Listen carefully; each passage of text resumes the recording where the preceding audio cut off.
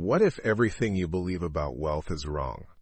Not slightly off, not missing a detail or two, but fundamentally, structurally, almost cosmically wrong. What if the very qualities you've been told will make you rich, your intelligence, your analytical mind, your relentless work ethic, your spreadsheets and your strategies are almost entirely beside the point? What if the game of money has almost nothing to do with math and almost everything to do with something far more slippery, far more ancient, far more human? Sit with that for a moment. Because here is a truth that tends to arrive quietly, usually too late, usually in the small hours of the morning when the noise of the world falls away. The people who are best at managing money are rarely the smartest people in the room. They are rarely the ones with the most information or the sharpest models. They are the ones who understand themselves, the ones who have made a kind of peace with uncertainty, the ones who have stared into the fog of the future and somehow learned not to flinch. This is what Morgan Housel understood when he wrote The Psychology of Money. He understood that finance is not a hard science dressed in numbers. It is a soft science dressed in the costume of hard numbers. And beneath the costume, beneath the charts, the compound interest tables, the portfolio allocations, is something beating and biological and deeply irrational. Something that panics, something that gloats, something that confuses motion with progress and noise with signal. Something unmistakably, unavoidably human. Think about what we tell ourselves about success. We look at the person in the expensive house, the imported car, the tailored suit, and we think, wealth. We point and we say quietly, under our breath, that is what winning looks like. But here is the terrible secret hiding behind that image. Spending money is the most visible thing a person can do with it. A flashy car is not evidence of a large fortune. It is often evidence of a smaller one. The truly wealthy, those who have built something durable and quiet and vast, are not usually visible. Their wealth is invisible precisely because they chose not to spend it. What you see when you see a display of opulence is not wealth. It is wealth in the process of disappearing. This is the first great confusion, the difference between being rich and being wealthy. Being rich is having a high income.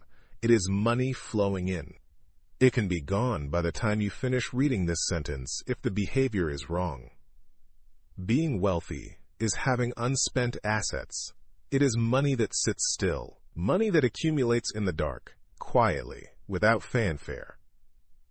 Wealth is what you do not see. It is the option you did not exercise, the purchase you did not make, the car you did not buy. And this is almost unbearable for the human ego, because the human ego does not get a trophy for restraint. Society does not applaud the person who said no. Society applauds the display, the purchase, the visible, gleaming evidence of arrival. And so we are, most of us, caught in a current that pulls us away from wealth and toward its opposite, while calling the whole experience success.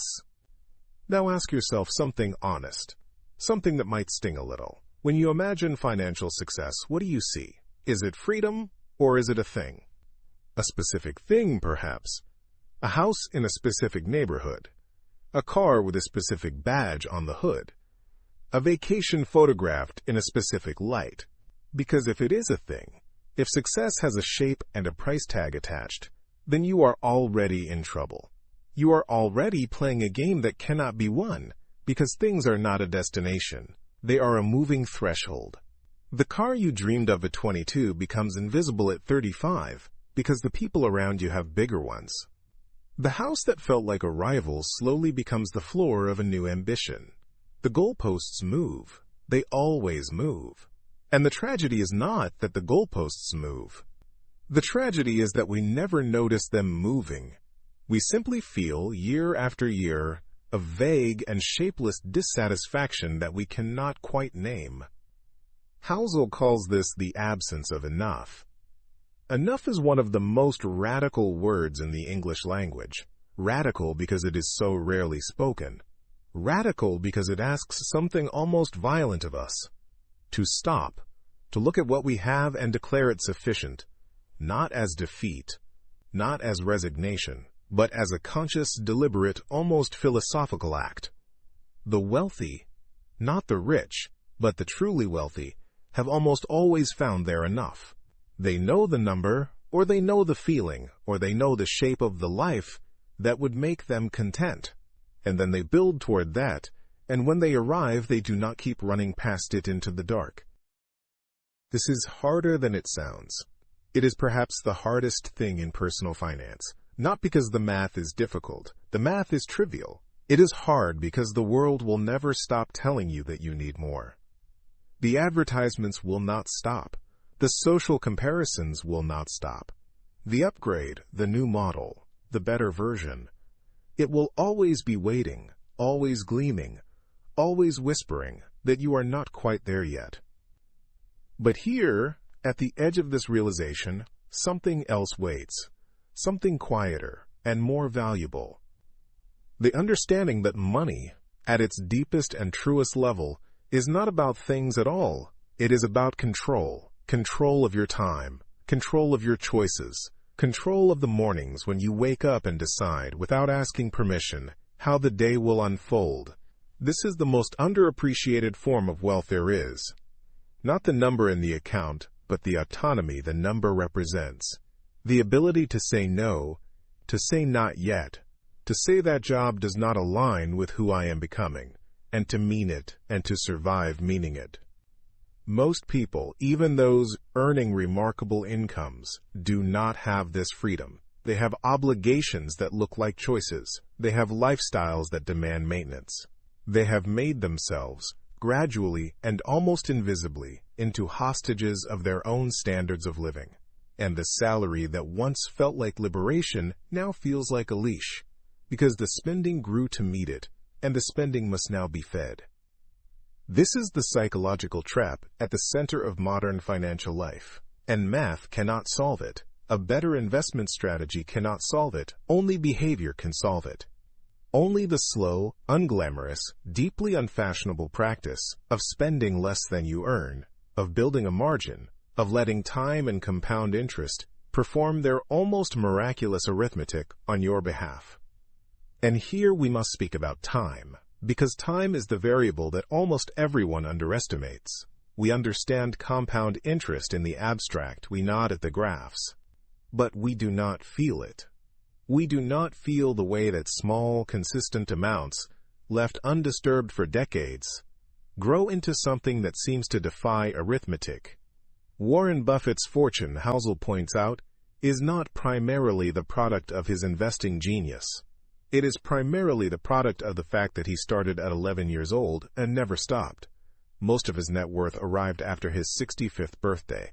Not because he got smarter, because he had time, because he did not panic in the crashes, because he did not sell, because he understood, at some bone-deep level, that the market's irrationality is not a problem to be solved. It is a tax to be paid. An entry fee for the returns that come to those who stay. Staying is the skill. Staying when it hurts. Staying when the headlines are screaming and the instinct to act, to do something, anything, to relieve the anxiety of watching a portfolio fall. That instinct is loud and it feels like wisdom, and it is almost never right. Because here is what fear does to the financial mind. It compresses time. A 10% market drop feels, to the nervous system, like the end. It triggers the same ancient machinery that kept our ancestors alive on the savannah. Run, flee, protect what you have. But that machinery was calibrated for threats that arrive fast and resolve fast. It was not calibrated for the long, slow, grinding uncertainty of financial markets. It overreacts. It mistakes a storm for an apocalypse. And the investors who listen to that voice, who flee into cash at the first tremor, pay a staggering price for the comfort of certainty. Not in a single dramatic moment, but in the slow erosion of returns, compounded across decades, that the patient and the steady accumulate while they sit outside, waiting for the storm to pass, missing the recovery that almost always follows. Now consider luck. This is perhaps the most uncomfortable theme in Housel's book. The most philosophically destabilizing, we do not like luck. It threatens the narrative of merit, of deservingness. The idea that where we are in life is primarily the product of our choices and our efforts is one of the most seductive stories in human culture. And it is not entirely false. Choices matter. Effort matters. Character matters.